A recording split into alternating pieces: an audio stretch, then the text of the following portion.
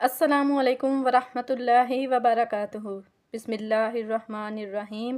محترم ناظرین، آپ کا نام صفیہ تھا، والد کا نام حیی بن اخطب، جبکہ والدہ کا نام برہ یا ذرہ تھا، جو قبیلہ بنو قریظہ کے سردار سموئیل کی بیٹی تھیں۔ آپ رضی اللہ تعالیٰ عنہا کی ولادت نبی کریم صلی اللہ علیہ وآلہ وسلم کے اعلان نبوت سے تقریباً 2 سال بعد میں ہوئی۔ حضرت صفیہ رضی اللہ تعالیٰ عنہا کا قبیلہ بنو نذیر تھا۔ یہ یہود کا بہت ممتاز قبیلہ تھا۔ آپ رضی اللہ تعالیٰ عنہا کے والد قبیلہ بنو نذیر کے سردار تھے، جو حضرت ہارون علیہ السلام کی نسل میں سے تھے۔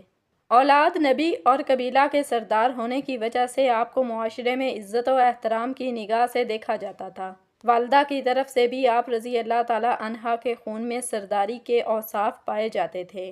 آپ رضی اللہ تعالیٰ عنہا کی عمر جب 14 برس کی ہوئی تو آپ کی شادی سلام بن مشکم الکرزی سے کر دی گئی، لیکن کچھ عرصہ بعد سلام بن مشکم نے آپ رضی اللہ تعالیٰ عنہا کو طلاق دے دی۔ سلام بن مشکم اپنے قبیلہ بنو نذیر کا سردار تھا۔ اسلام دشمنی میں بہت سرگرم رہا کرتا تھا۔ غزوہ بدر کے بعد جب قریش مکہ کے رئیس ابو سفیان اپنے مقتولین بدر کا انتقام لینے کے لیے 200 اونٹ سواروں کے ساتھ مدینہ کی طرف بڑھے تو سیدھے اسی سلام بن مشکم کرزی کے پاس آئے تھے۔ انہوں نے ابو سفیان کا پرجوش استقبال کیا، اعلیٰ قسم کے کھانے کھلائے، شراب پلائی اور حملہ کرنے کے لیے مدینہ طیبہ کے مخفی راز بھی ابو سفیان کو دیے۔ جب آپ صلی اللہ علیہ وآلہ وسلم ہجرت فرما کر مدینہ منورہ تشریف لے آئے، اسلام کی دعوت دی، لوگوں نے اسلام کو قبول کیا۔ مدینہ میں پہلے سے موجود مذہبی اثر و رسوخ کے مالک یہود کے مذہبی وقار میں خاطر خواہ کمی آنے لگی۔ بت پرست مشرکوں میں تسلسل کے ساتھ پھیلتی ہوئی یہودیت سکڑ گئی۔ دوسری طرف مکہ کے قریشی بدر میں ہلاک ہونے والے اپنے سرداروں کا انتقام لینے اور اسلام کو ختم کرنے کے لیے مدینہ کے یہودیوں کو اپنے ساتھ ملا رہے تھے۔ گویا مشرکین مکہ اور یہود مدینہ دونوں اسلام کو مٹانے کے لیے اکٹھے ہو گئے۔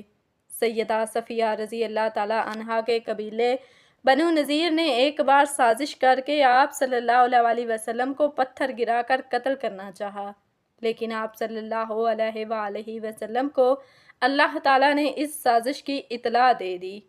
آپ صلی اللہ علیہ وآلہ وسلم دوسرے راستے سے بحفاظت نکلنے میں کامیاب ہو گئے۔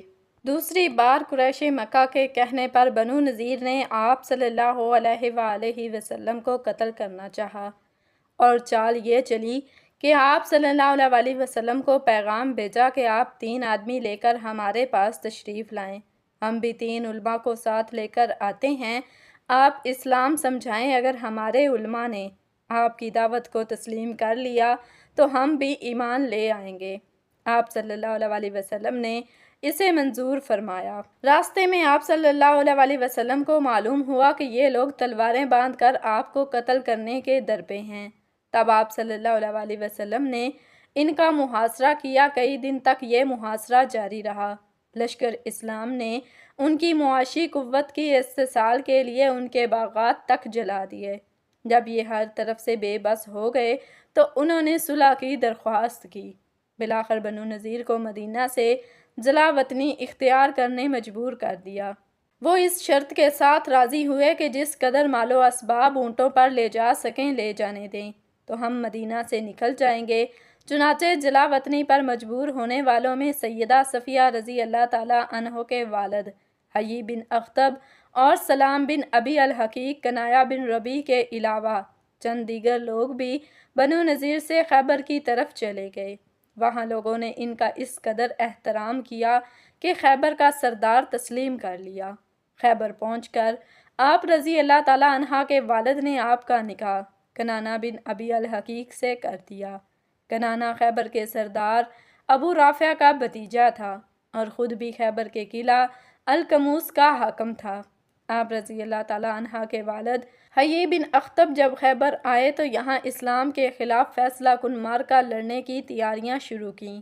آس پاس کے قبائل کو اس کے لیے تیار کیا، یہاں تک کہ ایک بڑا لشکر جنگ کے لیے تیار کر لیا گیا۔ مدینہ کے شمال مغرب میں خیبر نامی ایک شہر آباد تھا۔ یہ نہایت زرخیز مقام تھا۔ یہاں پر یہودیوں نے چند قلعے بنا رکھے تھے۔ یہود دیگر قبائل کو اپنے ساتھ ملا کر مدینہ پر قبضہ کرنا چاہتے تھے۔ انہوں نے اس مقصد کے لیے ایک عرصے سے جنگی اسلحہ جمع کر رکھا تھا۔ قبیلہ بنو غطفان اور قبیلہ بنو اسد کو نصف کھجوروں کے باغات کا لالچ دے کر اپنے ساتھ ملا چکے تھے۔ آپ صلی اللہ علیہ وآلہ وسلم کو ان کی تیاریوں اور اسلحہ جمع کرنے کا علم ہوا تو آپ صلی اللہ علیہ وسلم نے حضرت صبا بن ارفطہ غفاری رضی اللہ تعالیٰ عنہ کو حاکم مدینہ مقرر فرمایا اور خود 1400 افراد پر مشتمل صحابہ کرام کے قافلے کے ہمراہ خیبر کی طرف روانہ ہوئے۔ حضرت سیدنا علی المرتضیٰ رضی اللہ تعالیٰ عنہ نے قلعہ کا دروازہ اکھاڑ پھینکا اور مسلمانوں کو فتح ہوئی۔ اس پورے غزوے میں 93 یہودی ہلاک ہوئے جبکہ 15 مسلمان شہادت کے اعلیٰ مقام پر فائز ہوئے۔ غزوہ خیبر میں کئی نامور پہلوان، جنگجو اور یہودیوں کے سردار مارے گئے۔ حضرت صفیہ رضی اللہ تعالیٰ عنہ کے خاندان کے سارے افراد اسی غزوے میں قتل کر دیے گئے یا جنگی قیدی بنا لیے گئے۔ جنگ کے بعد تمام قیدی اور مال غنیمت ایک جگہ جمع کیے گئے۔ اسی دوران حضرت صفیہ رضی اللہ تعالیٰ عنہ اور ان کی ایک رشتہ دار خاتون کو حضرت بلال رضی اللہ تعالیٰ عنہ پکڑ کر لائے۔ راستے میں مقتولین کی لاشیں خاک اور خون سے لتھڑی ہوئی پڑی تھیں۔ ان میں سیدہ صفیہ رضی اللہ تعالیٰ عنہ کے والد، بھائی، شوہر اور خاندان کے بعض دوسرے لوگوں کی بھی لاشیں تھیں۔ سیدہ صفیہ رضی اللہ تعالیٰ عنہ نے ان لاشوں کو دیکھا لیکن بالکل تحمل کا دامن نہیں چھوڑا، جبکہ آپ کے ساتھ قید ہونے والی دوسری خاتون نے جب لاشیں دیکھی تو بے قابو ہو کر رونا پیٹنا شروع کر دیا۔ آپ صلی اللہ علیہ وسلم کو جب اس عورت کے رونے کا علم ہوا تو آپ صلی اللہ علیہ وسلم نے حضرت بلال رضی اللہ تعالیٰ عنہ کی تربیت کرتے ہوئے فرمایا، بلال، تمہارے دل میں رحم پیدا نہیں ہوا کہ ان عورتوں کو اس راستے سے لائے ہو جہاں ان کے باپ اور بھائی خاک اور خون میں لتھڑے پڑے ہیں۔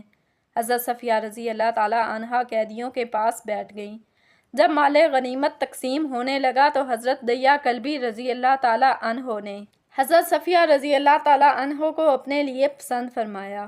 بعض صحابہ کرام رضوان اللہ اجمعین نے سیدہ صفیہ کی حیثیت کا خیال فرماتے ہوئے آپ صلی اللہ علیہ وسلم سے عرض کیا، یا رسول اللہ صلی اللہ علیہ وسلم، صفیہ بنی کریزہ اور بنو نذیر کی رئیس ذاتی ہیں۔ خاندانی وقار کے پیش نظر وہ ہمارے سردار محمد صلی اللہ علیہ وسلم کے لیے زیادہ موزوں ہیں۔ رسول اللہ صلی اللہ علیہ وسلم نے یہ مشورہ قبول فرما لیا اور دیا کلبی رضی اللہ تعالیٰ عنہ کو دوسری لونڈی عطا فرما کر سیدہ صفیہ رضی اللہ تعالیٰ عنہ کو آزاد کر دیا اور یہ اختیار دیا کہ وہ چاہیں تو اپنے گھر چلی جائیں اور اگر چاہیں تو آپ صلی اللہ علیہ وسلم کے نکاح میں آ جائیں۔ اسی موقع پر سیدہ صفیہ رضی اللہ تعالیٰ عنہ نے اسلام کو دل و جان سے قبول کر لیا اور اہل ایمان کی صف میں شامل ہو گئیں۔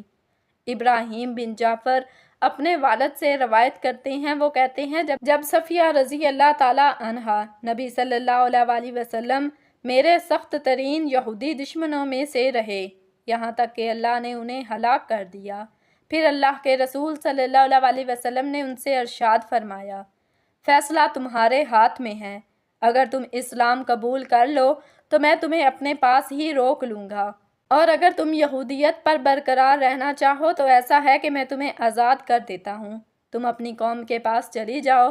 عرض کی کہ اللہ کے رسول صلی اللہ علیہ وسلم، میں تو آپ کی دعوت دینے سے پہلے ہی سے اسلام کی مشتاق تھی اور دل سے آپ کی تصدیق کر چکی تھی۔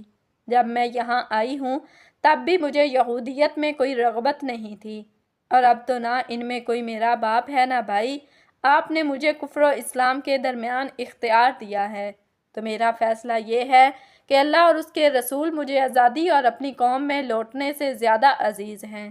سیدہ صفیہ رضی اللہ تعالیٰ عنہا نے آپ صلی اللہ علیہ وسلم کے نکاح میں آنا ہی پسند فرمایا۔